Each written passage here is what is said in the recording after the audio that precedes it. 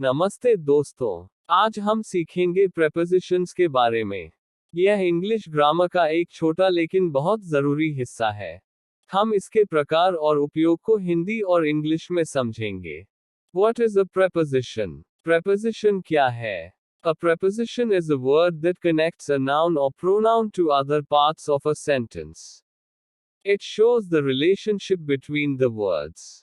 Preposition वह शब्द होता है जो एक संज्ञा नाउन या सर्वनाम प्रोनाउन को वाक्य के अन्य भागों से जोड़ता है। यह शब्दों के बीच संबंध दिखाता है।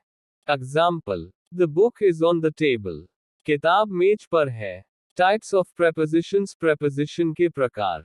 1. Prepositions of place, location. These show the location of something. ये स्थान, जगह का पता बताते हैं। Examples: on, in, at, under, over, between, पर, में, के नीचे, के ऊपर, के बीच। Sentence: The keys are on the table.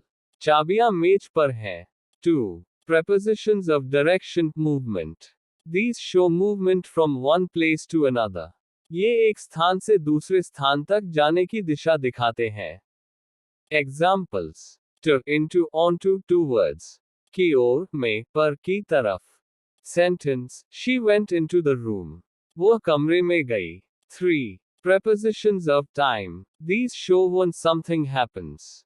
ये समय या अवधि दिखाते हैं। Examples: on, at, in, since, for, during, पर, में, से, के लिए, दौरान। Sentence: We will meet at 5 p.m. हम शाम 5 बजे मिलेंगे। 4. Prepositions of cause, reason. These show the reason for something. ये किसी कार्य के कारण को दिखाते हैं। Examples: because of, due to, के कारण, की वजह से। Sentence: The flight was delayed due to fog. कोहरे के कारण उड़ान देर से हुई। 5. Prepositions of manner. These describe how something happens. ये किसी कार्य के तरीके को दिखाते हैं। Examples: by, with, द्वारा, के साथ। Sentence: She painted the picture with a brush. उसने ब्रश से चित्र बनाया। 6. Prepositions of comparison. These compare two things or show contrast. ये तुलना या विरोधाभास को दिखाते हैं। Examples: like, as, than, despite. जैसे, की तरह, से अधिक, के बावजूद। Sentence: He runs faster than me. वह मुझसे तेज दौड़ता है। Tips for using prepositions. Preposition का सही उपयोग। 1. A preposition is always followed by a noun or pronoun. Preposition के बाद हमेशा noun या pronoun आता है।